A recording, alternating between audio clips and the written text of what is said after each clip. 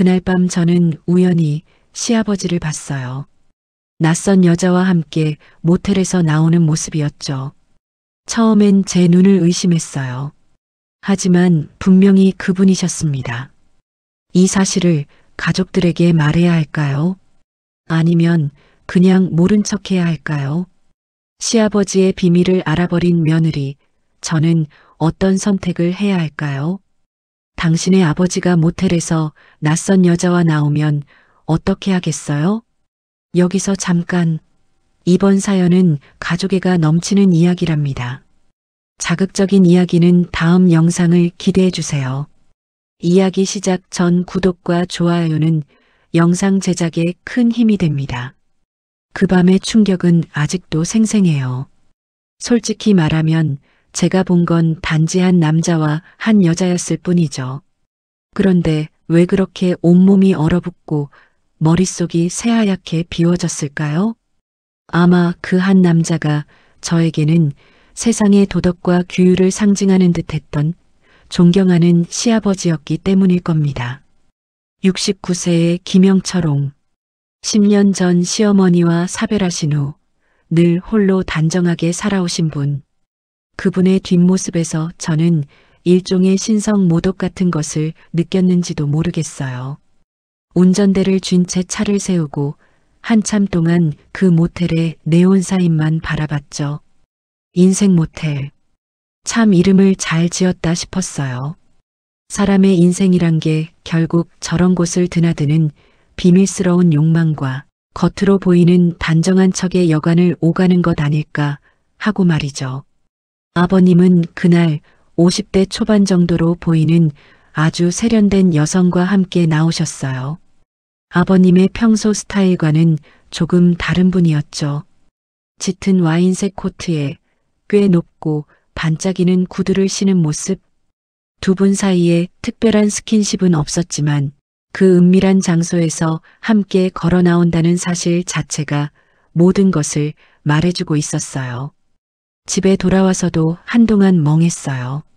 그날 저녁 남편은 평소처럼 소파에 누워 TV를 보고 있었고 아이들은 각자의 방에서 숙제를 하고 있었죠. 평화롭고 완벽해 보이는 저녁 풍경. 그런데 제 눈에는 이 모든 평화가 얇디얇은 유리막처럼 느껴졌어요. 모텔 앞에서 본 아버님의 뒷모습 때문에 이 모든 것이 한순간에 산산조각 날 수 있다는 불안감. 혹은 이 평화가 사실은 아버님에게는 더 큰 외로움이었을 수도 있다는 섬뜩한 깨달음 때문이었을까요? 사실 우리 아버님은 10년 동안 얼마나 외로우셨을까요? 그 생각에 이르자 갑자기 도덕적 잣대가 무너지고 그 자리에 연민 같은 것이 솟아나더라고요. 홀로 남겨진 60대 후반의 남자.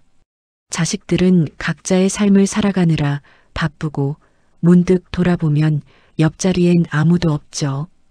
어쩌면 그 모텔에서의 짧은 만남이 아버님이 이 쓸쓸한 노년을 버텨내는 유일한 활력소였을지도 모른다는 생각. 물론 그래도 이건 좀 선을 넘은 일이잖아요. 머리와 가슴이 계속 싸우는 밤이었죠. 가장 괴로운 건 이 사실을 누구에게도 말할 수 없다는 거였어요. 남편에게? 말도 안 되죠. 우리 남편은 아버지의 그 완벽한 이미지에 갇혀 사는 사람이에요. 만약 이 사실을 알게 된다면 아마 며칠 밤낮을 괴로워하며 아버지를 비난하거나 아니면 현실을 부정할 거예요. 시동생이나 다른 가족에게도 마찬가지겠죠. 결국 이 비밀은 저와 시아버지 그리고 10만이 아는 어쩌면 저 혼자 짊어져야 할 짐이 되어버린 거였죠. 아, 정말이지 며느리라는 자리가 이렇게 고독할 줄은 몰랐어요. 그날 이후 저는 아버님을 볼 때마다 그 모텔 앞에 잔상이 떠올라 눈을 제대로 마주치지 못했답니다. 그분의 눈빛에서 혹시라도 나를 봤니? 라는 질문을 읽게 될까봐 두려웠거든요. 첫 번째 목격 이후 저는 며칠 동안 그 일 때문에 다른 일에 집중을 할 수가 없었어요. 남편과 시아버지의 얼굴을 번갈아 볼 때마다 제 머릿속은 온통 인생 모텔의 네온 사인으로 가득 찼죠. 이 비밀이 제 일상에 균열을 내기 시작한 거예요. 제가 뭘 먹는지, 무슨 생각을 하는지 다른 가족들은 아무도 몰랐겠지만 저는 이미 이 집안의 비밀을 홀로 감당하는 사람이 되어버린 것만 같았어요. 가장 이상한 건 그날 이후로 저는 왠지 모르게 그 길을 일부러 지나치게 되었다는 거예요. 마치 자석에 이끌리듯 퇴근 후 귀가하는 길에 굳이 그 모텔촌을 끼고 돌아갔죠. 스스로에게는 혹시나 아버님 차를 발견하고 주의를 줄 수 있을지도 모른다는 변명을 했지만 사실은 그 비밀의 현장을 한 번 더 확인하고 싶었던 걸지도 몰라요. 인간의 호기심이란 게 참 잔인하잖아요. 보고 싶지 않으면서도 봐야만 직성이 풀리는 그런 모순적인 감정. 그리고 맙소사 며칠 뒤 저는 다시 아버님을 봤습니다. 이번에는 금요일 저녁이었어요. 처음 목격한 곳과 같은 모텔, 여전히 쓸쓸한 가로등 아래였죠. 그런데 이번에 아버님과 함께 나온 분은 정과는 완전히 다른 스타일이었어요. 첫 번째 분이 세련되고 도회적인 이미지였다면 이분은 좀 더 수수하고 푸근한 인상이었죠. 마치 동네에서 볼 법한 편안한 아주머니의 모습? 두 분은 처음보다 훨씬 더 편안해 보였고 짧게나마 웃으며 인사를 나누는 모습이 제 눈에 들어왔어요. 충격은 첫 번째 때보다 덜했지만 이번에는 다른 종류의 혼란이 밀려왔죠. 아버님의 취미 생활이 단순히 이례적인 일탈이 아니라 반복되고 있는 일상이라는 사실. 게다가 상대가 한 명이 아니라는 것이었어요. 아, 이건 제가 처음 생각했던 사별 후의 외로움을 달래는 낭만적인 재결합 시도와는 거리가 멀잖아요? 이건 정말 말 그대로 은밀한 취미 생활에 가까운 것 같았어요. 마치 텃밭 가꾸기나 등산처럼 아버님의 생활 루틴 중 하나가 되어버린 느낌이랄까요? 다음 주 화요일 오후 장을 보러 나갔다가 또 마주쳤습니다. 이번에는 대낮이었어요. 모텔이 아닌 인근의 작은 카페에서였습니다. 아버님은 이번엔 또 다른 여성과 함께 테이블에 앉아 있었죠. 여성은 왠지 모르게 지쳐 보이는 얼굴이었고 아버님은 그녀에게 무언가 위로의 말을 건네는 듯 했어요. 대화가 끝난 후 두 분은 그 카페를 나와 근처의 그 인생 모텔 방향으로 천천히 걸어 들어갔죠. 나는 차 안에서 그 모습을 보면서 문득 이런 생각을 했어요. 아버님은 지금 연애를 하는 게 아니라 다양한 인간의 결핍을 수집하고 계신 건 아닐까? 하고 말이죠. 며칠 동안 다른 사람, 다른 시간대에서 아버님을 목격하면서 그분의 삶이 마치 여러 개의 얇은 층으로 이루어진 양파 같다는 느낌을 받았어요. 가장 겉에는 존경받는 가장, 단정한 홀아버지라는 껍데기가 있고 그 안에는 외로움, 결핍, 그리고 사랑받고 싶다는 욕망이 뒤섞여 있는 거죠. 그리고 그 모든 욕망의 층을 관통하는 하나의 통로가 바로 그 모텔이었던 것 같아요. 이 모든 목격은 저에게 엄청난 질문을 던져주었죠. 남편이 아는 아버지가 진짜일까? 아니면 이 비밀스러운 취미 생활을 영위하는 아버지가 진짜일까? 아니, 어쩌면 이 둘 다 아버님의 진정한 모습일지도 모른다는 것. 그리고 며느리로서 이 비밀을 알게 된 제가 해야 할 일은 무엇일까? 모른 척하기는 이제 불가능해졌어요. 이젠 이 사실을 어떻게든 가족의 테두리 안으로 끌어들여야 할 것만 같은 거대한 숙제가 제 앞에 놓인 것 같았답니다. 숨쉬는 것조차 버거운 비밀, 정말이지 고독한 며느리였죠. 며칠 동안 아버님을 3번이나 다른 여성들과 함께 목격하고 나니 저는 정말이지 혼자서 이 숙제를 감당할 수가 없었어요. 가슴에 돌덩이가 들어있는 것처럼 답답했죠. 결국 이 문제에 대해 누군가와 이야기해야 했어요. 물론 그 누군가가 아버님의 아들, 즉, 제 남편이어야만 했죠. 하지만 어떻게 이 엄청난 비밀을 남편에게 털어놓을 수 있겠어요? 아버님의 명예는 물론이고 남편의 굳건한 세계관 자체를 무너뜨리는 일이 될 텐데요. 그래서 저는 아주 교묘하게 시뮬레이션 대화를 시작하기로 했어요. 마치 드라마 작가처럼 대본을 짜는 기분이었죠. 어느 날 저녁 남편과 맥주 한 캔을 마시며 자연스럽게 화제를 돌렸습니다. 여보, 있잖아. 회사에서 들은 얘긴데 좀 충격적이더라. 남편은 눈을 TV에서 떼지 않은 채 건성으로 뭔데? 하고 물었죠. 그때가 기회였어요. 우리 동료 아버지 이야기인데 그분도 어머니랑 일찍 사별하고 홀로 사신 지 10년이 넘었대. 그런데 최근에 아들딸들이 보니까 주에 두세 번씩 동네 모텔에 다른 아주머니들이랑 드나드는 걸 봤다는 거야. 그것도 매번 다른 여자들이랑. 물론 재혼한 것도 아니고 그냥 만남만 갖는 거지. 이거 어떻게 생각해? 남편은 그때서야 리모컨을 내려놓고 저를 쳐다봤어요. 그의 표정은 명백한 불쾌감이었죠. 뭐, 60대 후반에? 그걸 자식들이 봤단 말이야? 아이고, 참. 아무리 외로워도 그렇지. 좀 더 점잖게 만날 수는 없나? 나이가 몇인데 모텔을 드나들어. 솔직히 좀 추하지 않나? 자식들이 얼마나 민망하겠어.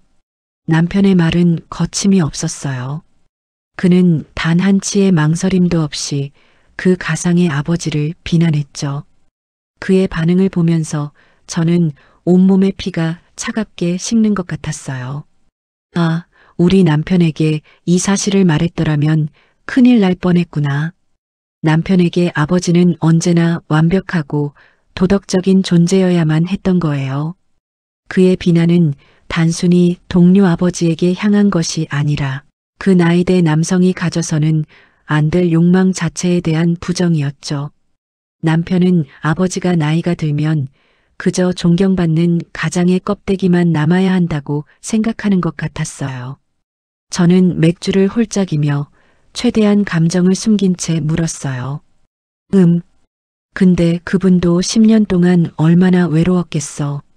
자식들은 바쁘고 혼자 남겨진 삶이 얼마나 공허했을까. 재혼을 하려고 해도 쉽지 않을 테고. 그냥 한 인간의 결핍과 외로움이라고 보면 안 될까? 우리가 너무 도덕적인 잣대로만 보는 건 아닐까? 제가 던진 질문은 사실 아버님을 변호하는 것이었죠. 하지만 남편은 단호했어요. 변명이지. 그런 외로움은 취미생활이나 종교로 풀 수도 있잖아. 굳이 그렇게 문란하게 여러 여자를 만나는 건 결국 본인의 만족만 채우려는 이기심이야. 그리고 자식들에게 피해를 주잖아. 내가 만약 그런 아버지를 뒀다면 정말 창피해서 얼굴을 못 들었을 것 같아. 남편은 단정적으로 말을 마쳤습니다. 그의 반응은 저에게 하나의 명확한 결론을 주었죠. 이 비밀은 절대 남편에게 털어놓아서는 안 된다는 것. 남편과의 대화는 저에게 좌절감을 주었지만 동시에 새로운 깨달음도 주었어요. 이 취미 생활을 단순한 외도가 아니라 외로움을 해소하려는 인간적인 노력으로 받아들일 수 있는 사람은 이 가족 내에서는 저뿐이라는 것을요. 남편이 아버님을 향한 이해의 끈을 놓는 순간 저는 며느리로서 그리고 한 인간으로서 아버님의 편이 되어야겠다고 마음먹었답니다. 이제 모른 척할 수 없는 이 비밀 앞에서 저는 조심스럽게 개입이라는 다음 단계로 넘어가야 할 때가 온 것 같았어요. 아, 정말 쉽지 않은 며느리 역할이죠. 남편과의 그 시뮬레이션 대화 이후 제 마음은 완전히 굳어졌어요. 남편의 단호함은 저에게 오히려 선명한 길을 보여주었죠. 아버님은 이 집안에서 홀로 비밀을 안고 외로움을 달래는 외로운 인간일 뿐이고 그분을 도덕적 잣대 없이 이해해 줄 수 있는 사람은 며느리인 저밖에 없다는 사실. 아, 정말이지. 참 이상한 가족관계가 형성된 것 같지 않나요? 시아버지와 며느리 사이에 아들과 남편이 모르는 은밀한 동맹이 맺어진 거잖아요. 그때부터 저는 아버님을 볼 때마다 묘한 걱정이 들기 시작했어요. 단순히 아버님이 계속 여러 여성을 만난다는 사실 때문이 아니었죠. 건강 문제 때문이었어요. 아버님은 60대 후반이시고 만남의 상대가 한 분이 아니시잖아요. 혹시라도 모를 질병 문제라든가 아니면 뜻밖의 사고라도 생기면 어쩌나. 이런 생각들이 며느리로서의 걱정을 넘어 한 인간을 염려하는 마음으로 밀려왔죠. 정말 너무 쓸데없는 걱정일까요? 아니, 그건 아닐 거예요. 제가 아버님의 비밀을 아는 이상 모른 척하는 건 무책임하다고 느꼈거든요. 결국 저는 아주 대담한 결정을 내렸습니다. 바로 콘돔을 챙겨드리는 일이었죠. 생각만 해도 얼굴이 화끈거리고 심장이 쿵쾅거렸어요. 며느리가 시아버지에게 성인용품을? 이게 말이 되는 상황인가요? 하지만 저는 이 행위가 단순히 성인용품을 주는 것이 아니라 저는 아버님의 비밀을 알고 있지만 도덕적 비난 대신 아버님의 건강과 행복을 응원합니다라는 무언의 메시지를 전달하는 유일한 방법이라고 생각했어요. 어쩌면 이건 제 방식대로 아버님에게 건네는 위로와 공감이었을지도 모르겠어요. 일단 구매부터가 난관이었죠. 저는 온라인 쇼핑몰의 존재에 얼마나 감사했는지 모릅니다. 집 근처 편의점이나 약국에 가서 이걸 사는 건 상상만 해도 너무 민망해서 도저히 할 수 없었거든요. 몇 번이나 망설이다가 가장 깔끔하고 무난해 보이는 제품을 골라 주문했습니다. 배송지를 시댁 주소가 아닌 저희 집으로 하는 것도 잊지 않았죠. 혹시라도 택배 기사님이 시댁에 방문해서 아버님과 마주치기라도 하면 상상하기도 싫네요. 그 포장 상자를 뜯을 때의 떨림이란 마치 제가 금단의 영역을 침범하는 것 같은 기분이었어요. 며칠 후 마침 시댁에 김장하는 날이 있었어요. 온 가족이 모여 정신없이 김장을 담그고 남자들은 마당에서 고기를 굽고 있었죠. 그때가 기회였어요. 아버님 차를 가져오신 걸 알고 있었기에 저는 미리 준비한 작은 파우치를 들고 조용히 아버님 차 트렁크 쪽으로 갔습니다. 트렁크 안에는 아버님이 늘 가지고 다니시는 작은 등산 가방이 있었죠. 저는 심호흡을 한번 하고 아무도 보지 않는 틈을 타 콘돔이 담긴 파우치를 그 가방 깊숙한 곳에 슬쩍 넣었어요. 파우치 안에는 아무 말도 적지 않았습니다. 그저 물건만 있었죠. 차문을 닫고 돌아오는데 심장이 여전히 세차게 뛰었어요. 하지만 동시에 알 수 없는 묘한 안도감도 밀려왔습니다. 저는 이로써 아버님의 비밀에 공식적으로 조력을 시작한 셈이었죠. 아버님이 이걸 발견하시면 어떻게 반응하실까요? 당황하실까? 아니면 이 며느리의 깊은 뜻을 알아주실까? 후자를 바라면서도 저는 이 비밀이 영원히 우리 둘만의 침묵으로 남기를 바랐어요. 그런데 말입니다. 그 다음 주 주말 아버님께서 저희 집에 오셔서 제게 꽤 의미심장한 미소를 지으셨어요. 선영아, 내가 챙겨준 그거 고맙다. 순간 귀가 빨개지고 온몸이 굳었죠. 그거라니 아버님이 눈치채셨다는 거잖아요. 당황해서 아무 말도 못하고 네 하고 얼버무렸는데 아버님은 제 어깨를 툭 치시더니 내 마음 잘 안다 하고 말씀하셨어요. 그 짧은 한마디에 그분의 깊은 외로움과 고독 그리고 제 며느리의 마음을 이해했다는 인간적인 공감이 모두 담겨 있는 것 같았답니다. 이 사건은 우리 둘 사이에 며느리와 시아버지 관계를 넘어선 가장 솔직한 인간 대 인간의 교감을 만들어내는 결정적인 순간이 되었죠. 그거 고맙다는 아버님의 짧은 한마디가 우리 둘 사이의 모든 벽을 허물어버린 것 같았어요.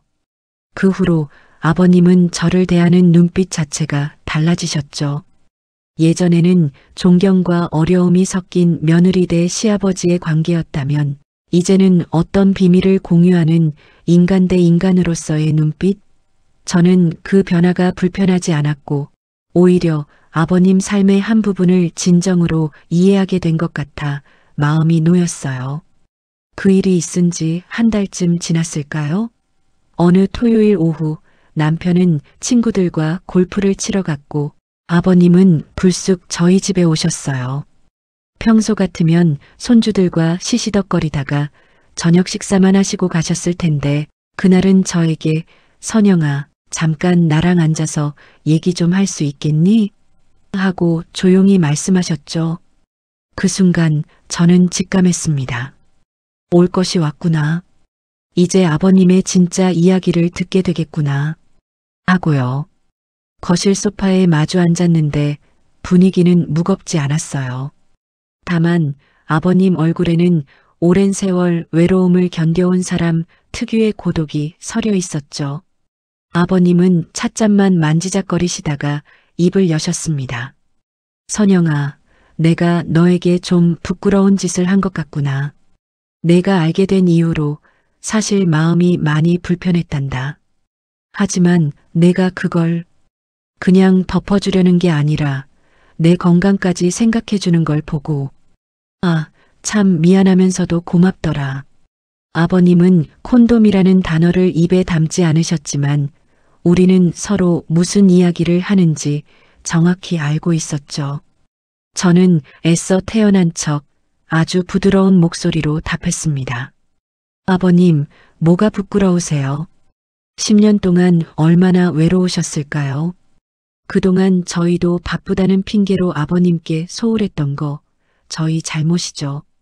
아버님은 그냥 아버님의 행복을 찾으시는 것뿐이잖아요. 저는 아버님이 건강하게 행복하시면 그걸로 된 거예요. 제 말은 진심이었어요. 남편의 획일적인 도덕관념을 듣고 난 후 저는 아버님의 취미를 더욱 인간적으로 바라보게 되었거든요. 그러자 아버님은 깊은 한숨을 쉬시더니 드디어 진짜 고민을 털어놓으셨습니다. 선영아, 사실 내가 여러 사람을 만나는 건 진심으로 재혼할 상대를 찾으려는 건 아니야. 아니, 솔직히 말하면 재혼을 꿈꾸긴 하지만 쉬운 일이 아니잖니. 나는 그냥 그 대화가 필요하단다. 집사람이 살아있을 때는 미처 몰랐지. 사별하고 나니 세상에 나 혼자 덩그러니 남겨진 기분이더구나.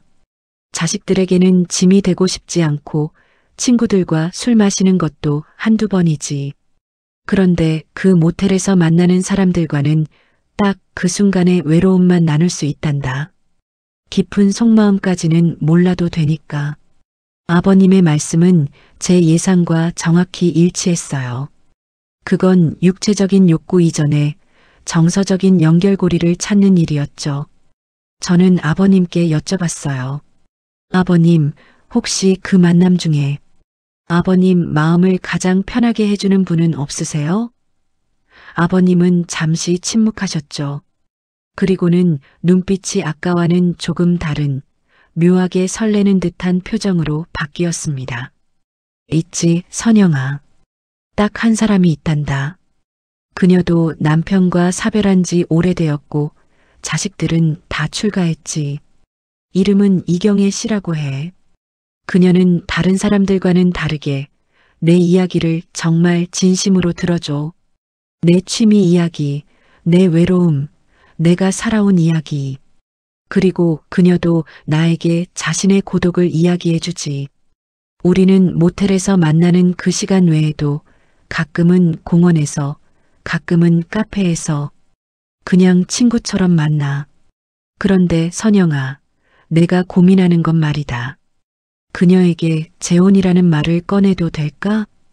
이제 와서 내가 아들, 딸들에게 다시 여자를 드린다고 말하면 너무 이기적이라고 생각하지 않을까? 아버님의 목소리에는 희망과 불안이 뒤섞여 있었어요. 저는 조용히 아버님의 손을 잡아드렸습니다. 아버님 인생이세요. 10년 동안 혼자 사셨으면 이제는 아버님 행복을 찾으셔야죠. 이경애 씨가 아버님께 진정한 안식처가 되어준다면 저는 두 분을 진심으로 응원할 거예요. 그리고 남편이 뭐라고 하든 제가 설득할게요. 아버님은 이 집안의 가장이 아니라 행복할 권리가 있는 한 남자예요. 아버님은 제 손을 잡은 채 한동안 눈을 감고 계셨어요. 저는 이 순간 며느리로서의 의무감이나 도덕적 판단이 아닌 한 가족의 일원으로서 그리고 아버님의 진정한 비밀을 공유한 동맹으로서 아버님의 제2의 인생을 응원하고 지지해야 한다는 확신을 얻었죠. 아버님과 저의 은밀한 교감은 이제 아버님의 재혼이라는 새로운 목표를 향해 나아가게 된 것 같았습니다. 정말이지 이 드라마 같은 이야기는 끝날 기미가 보이지 않네요. 아버님께 행복할 권리가 있는 한 남자라고 말씀드린 후 저는 정말이지 마음이 홀가분해졌어요. 도덕적 딜레마를 넘어 아버님의 재혼을 응원하는 조력자가 되기로 결심했으니까요. 그리고 아버님은 제 지지에 큰 용기를 얻으신 것 같았어요. 그 후 일주일 내내 아버님은 평소보다 훨씬 활기차고 입가에는 미소가 떠나지 않으셨죠. 외로움 때문에 그 모텔을 드나들던 모습은 온데간데였고 마치 첫사랑에 빠진 소년 같았어요. 며칠 뒤 아버님은 다시 저희 집에 오셨습니다. 이번에도 남편이 없는 날이었죠. 아버님은 저번보다 훨씬 더 들떠 계셨어요. 손에는 이경애 씨와의 추억이 담긴 듯한 오래된 필름 카메라를 들고 계셨고요. 선영아, 내가 드디어 경애 씨에게 정식으로 재혼 프로포즈를 하려고 한다. 아버님의 목소리에는 떨림이 있었지만 그건 불안함이 아니라 설렘으로 가득 찬 떨림이었죠. 저는 제 일처럼 기뻐하며 박수를 쳤어요. 와, 아버님, 드디어 너무 잘 생각하셨어요. 이경애 씨 반응은 어떠세요? 두 분 마음은 통하신 것 같죠? 그러자 아버님은 살짝 머리를 극적이며 말씀하셨습니다. 사실 내가 이런 걸 해본 지가 너무 오래돼서 말이다. 재혼 프로포즈를 어떻게 해야 할지 모르겠구나. 젊은 사람들처럼 거창하게 레스토랑을 빌리자니 경애 씨가 부담스러워할 것 같고 그냥 말로 하자니 너무 성의 없어 보이고 내가 좀 도와주겠니? 내가 보는 눈이 있지 않느냐.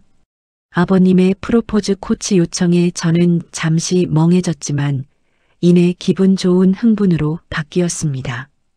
시아버지의 재혼을 돕는 며느리라니 정말이지 전무후무한 시나리오가 아닐까요?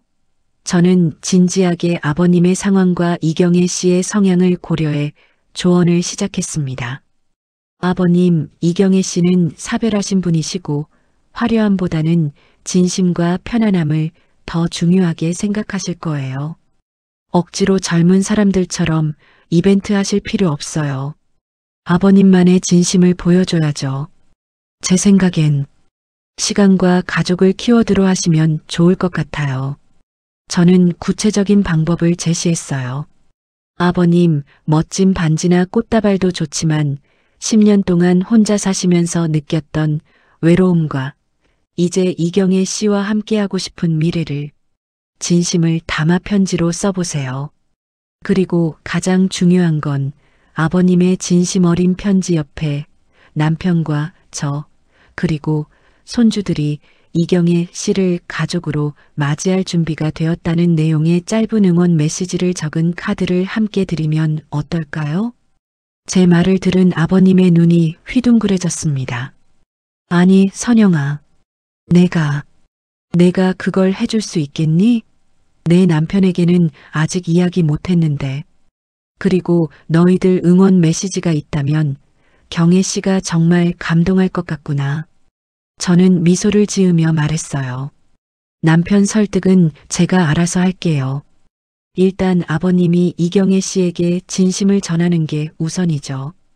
저희 응원 메시지는 제가 꼭 받아낼게요. 아버님께 힘을 실어드려야죠. 그날 오후 아버님은 제 조언을 한 글자도 놓치지 않고 다 받아 적으셨습니다. 아버님의 얼굴에는 이제 은밀한 취미 생활을 하던 남자의 고독 대신 제2의 인생을 시작하려는 가장의 설렘이 가득했죠. 저는 아버님이 나가신 후 남편에게 이 모든 상황을 어떻게 설명하고 설득해야 할지 깊이 고민하기 시작했어요. 아버님의 행복을 위한 마지막 단계, 가장 어려운 관문이 저를 기다리고 있었답니다. 아, 정말 며느리로서 험난한 여정이네요. 아버님께 가족의 응원 메시지를 약속한 후 저는 잠시 후회했어요. 내가 너무 앞서 나갔나? 하고 말이죠. 그만큼 남편과의 대화는 쉬운 일이 아니었어요. 남편은 아버지의 완벽한 이미지가 깨지는 것을 가장 두려워하는 사람이었고 무엇보다 직장 동료 이야기인 척 물어봤을 때도 그는 단호하게 비난의 입장을 고수했었잖아요. 며칠 동안 저는 남편에게 어떻게 운을 떼야 할지 머릿속으로 수십 번 시뮬레이션을 해봤습니다. 술의 힘을 빌릴까 아니면 아주 진지하게 각 잡고 이야기할까? 결국 저는 진심과 연민을 무기로 삼기로 했어요.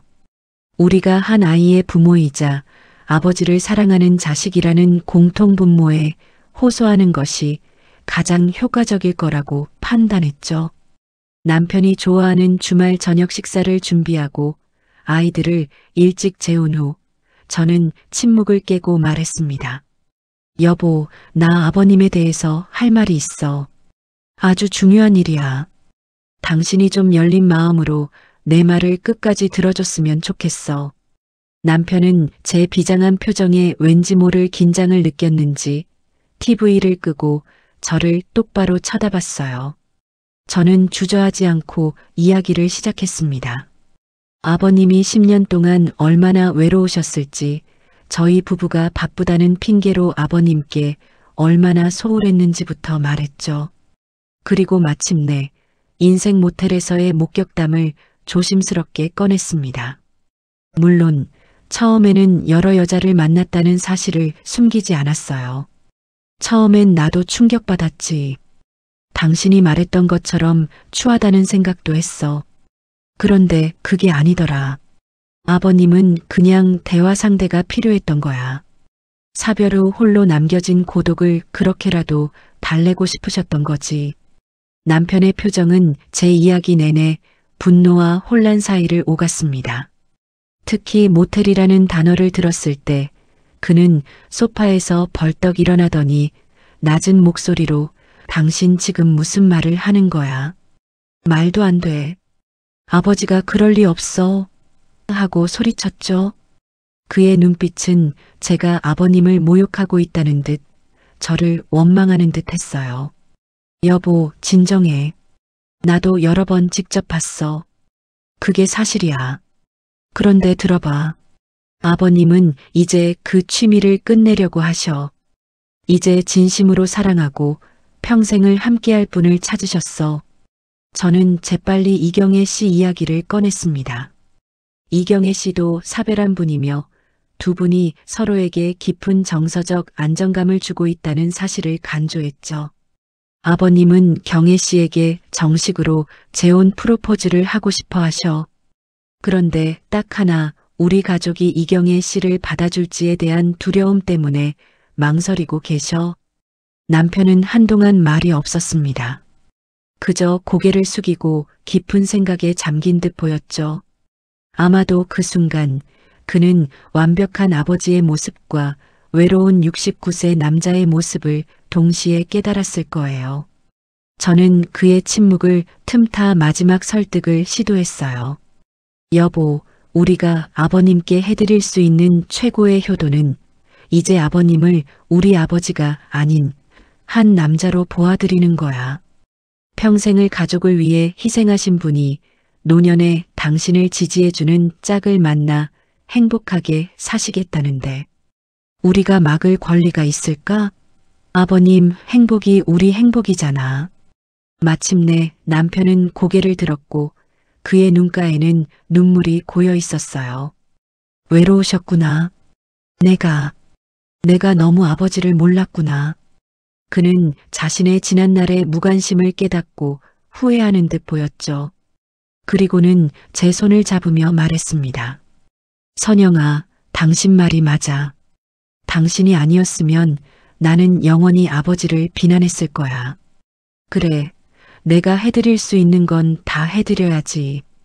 당신 말대로 응원 메시지. 내가 바로 쓸게.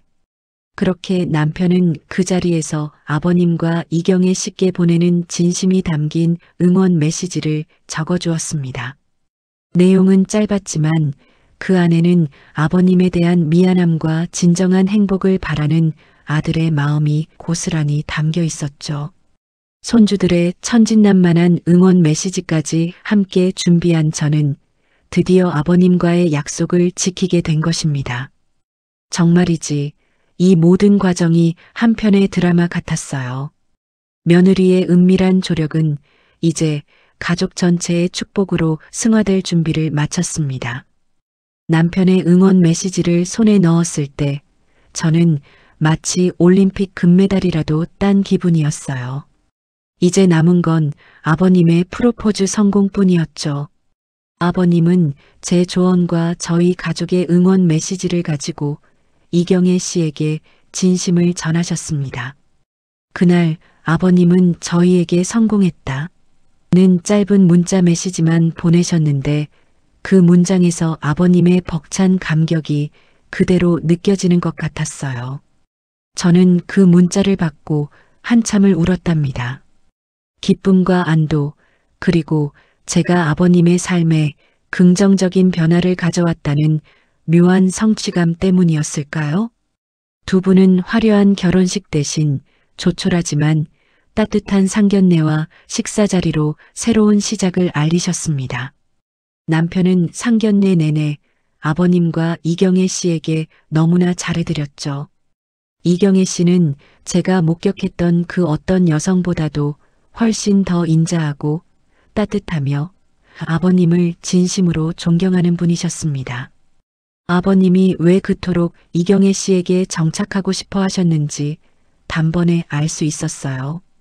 두 분은 정말이지 서로의 외로움을 채워줄 수 있는 완벽한 짝이셨죠. 재혼 후 아버님의 삶은 180도 바뀌었습니다. 인생 모텔 주변을 어슬렁거리며 외로운 만남을 찾아다니던 옛 모습은 완전히 사라졌죠. 아버님은 이경애 씨와 함께 손을 잡고 산책을 하고 취미로 사진을 배우러 다니고 여행을 떠나셨습니다. 저희 집에 오실 때도 혼자가 아니셨죠. 이경애 씨는 손주들을 살뜰히 챙겼고 제게는 때론 언니처럼, 때론 편안한 시어머니처럼 다가와 주셨어요. 저는 문득 이 모든 은밀한 취미 생활이 결국 이 아름다운 결론을 위한 험난한 여정이었구나 하고 깨달았습니다. 며느리로서 겪은 이 모든 일들은 저에게 깊은 성찰을 안겨주었어요. 저는 더 이상 사람의 삶을 옳다 또는 그르다는 도덕적인 이분법으로 판단하지 않게 되었죠. 인간의 욕망과 결핍이라는 것은 나이와 지위, 가족관계를 초월하는 지극히 자연스러운 현상이라는 것. 그리고 우리는 타인의 비밀을 알았을 때 비난자가 될 수도 있지만 가장 따뜻한 조력자가 되어 그를 이해하고 응원할 수도 있다는 것을 배웠어요.